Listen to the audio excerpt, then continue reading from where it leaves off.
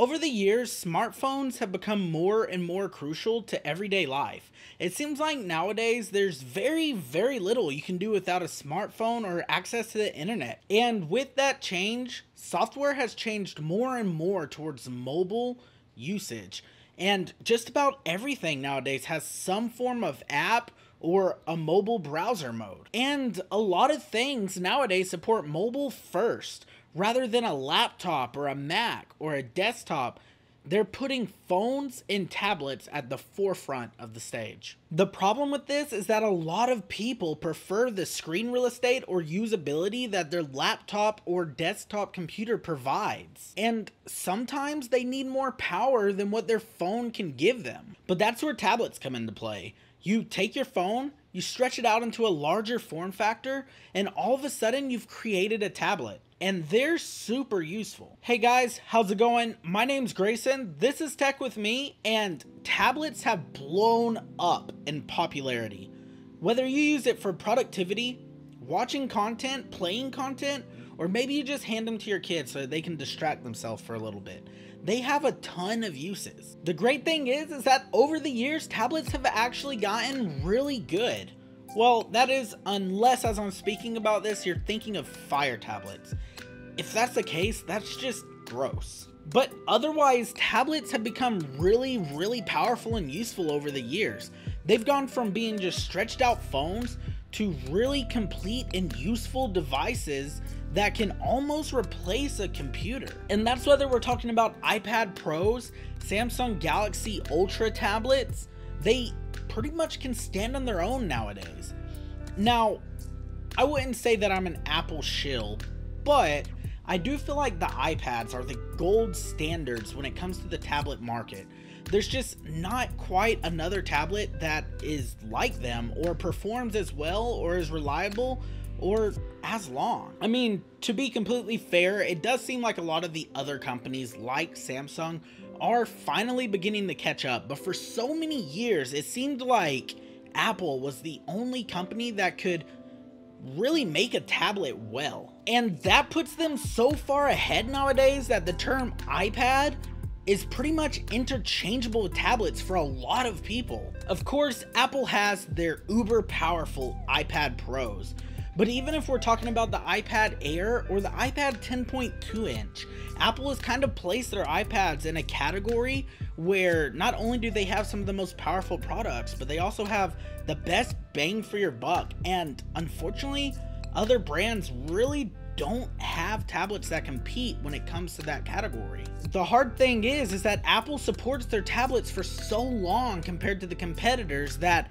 at $329, or a lot of times if you can find it on sale, $260 to $270, the iPad 10.2 is a no-brainer. The closest tablet that really relates on Samsung's side or any of the competitors would be the Samsung S6 Lite, which isn't a bad tablet by any means. It originally came out in 2020, but it did get a slight rehash this year, with Samsung switching it from their own proprietary chip to a Snapdragon equivalent, and it is a little bit faster. Now, it comes with 4 gigs of RAM and 64 gigs of storage, which is pretty good at this budget, but Samsung only guarantees support for their tablets for 3 years, whereas at the minimum, Apple states that they'll support theirs for 5.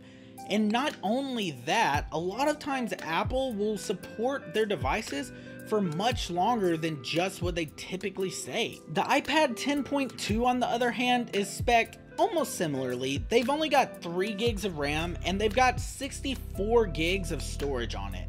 Now, usually with a device, I would expect or even want more RAM than just 3 gigs. But the thing about Apple is they always work their magic, and their devices tend to be able to do more or even thrive with less. So at an entry-level budget, it does seem like Samsung has kind of caught up. Sure, they don't update or support their devices for quite as long, but price to price, spec to spec, pretty close. Of course, Samsung does have some more extra budget options where no other brand really competes with them as well. For example, Samsung's A7 Lite tablet can often be found on sale for only $160, and for that price you get 64 gigs of storage, you get 3 gigs of RAM, and a 720p display. Is that great? No. Would I use it if I absolutely needed a tablet and could only afford a budget tablet?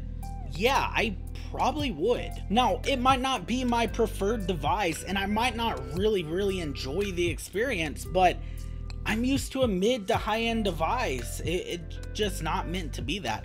But to give it to a kid, or maybe your grandmother who just likes to get on Facebook and play Candy Crush, this is a great tablet and a great deal. The thing is Samsung didn't create this tablet to compete with the iPad.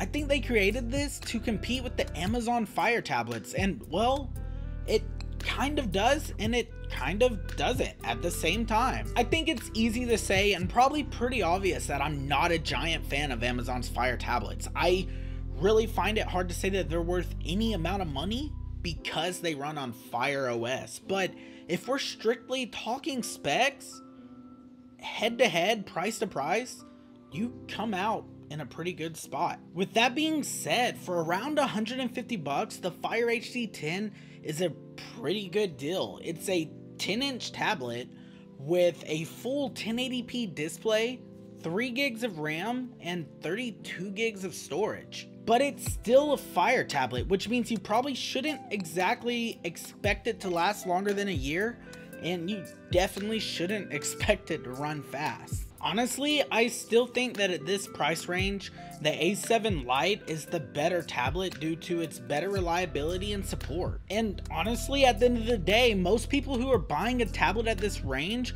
are probably purchasing it to give to their child, and I don't think they're necessarily going to be able to discern the difference between a 720p and a 1080p display anyway, so that probably doesn't matter. And then when we take a look at the mid-range, well, things kind of start to swing into Apple's favor once again. Let's look at the iPad Air, for example. It starts at $599. It's got a 10.9-inch display that is sharper than 1080p.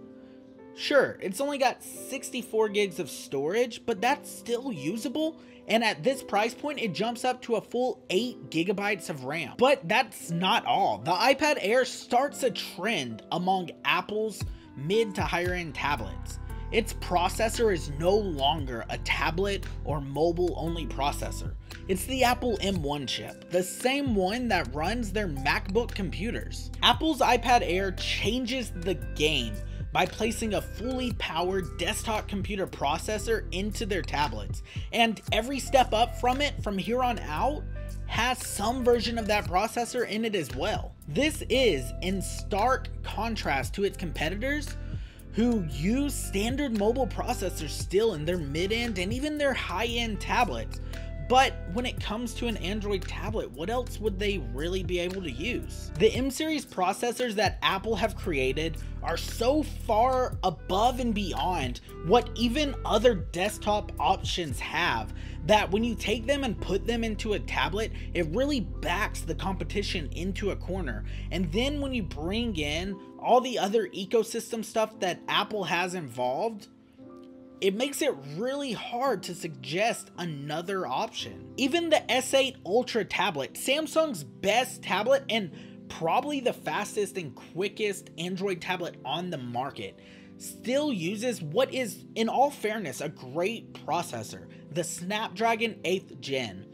But when you put it head to head with the M1 chip, it gets trounced by comparison. And it's especially a shame when Apple's iPad Air, which uses the M1 processor, competes at 600 bucks with Samsung's best tablet that costs over $1,000. And then you move up to the iPad Pros, where the comparison becomes a little bit harder. The iPad Pros now come with Apple's M2 processor, which is much quicker. They each have a 120Hz 1440p mini LED display, which looks fantastic in HDR and anything you watch on it. They start with 128 gigs of storage and 8 gigs of RAM.